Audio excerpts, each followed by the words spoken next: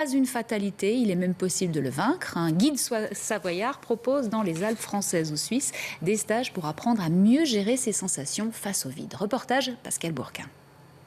Ouais. Ah bah, je ne ferai pas un pas de plus là pour le moment. Le vertige, c'est un signal qui nous dit attention, là, danger.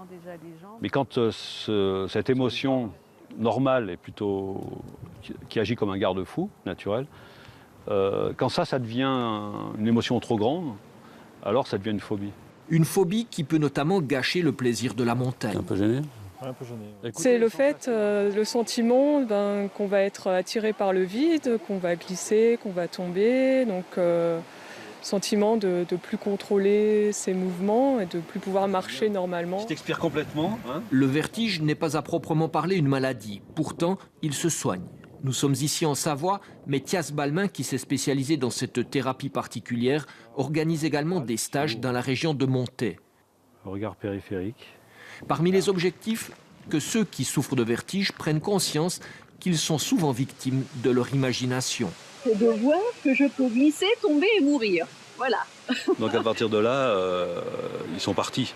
Et donc ils sont plus du tout disponibles à la réalité de la situation, qui est de marcher, mettre un pied devant l'autre sur un chemin. Donc là, ce qu'on apprend, c'est à arrêter de nourrir ces scénarios catastrophes. Juste en équipe sur le pied gauche. Durant 2 jours, les participants au stage vont apprendre, tant psychiquement que physiquement, à se comporter de façon adéquate face au vide. Excellent. En douceur, sans jamais forcer. T'es à l'aise? Non. Ah bah reviens. Au fil des exercices, ils vont essayer de remplacer l'attirance du vide par une prise de conscience de leurs appuis au sol.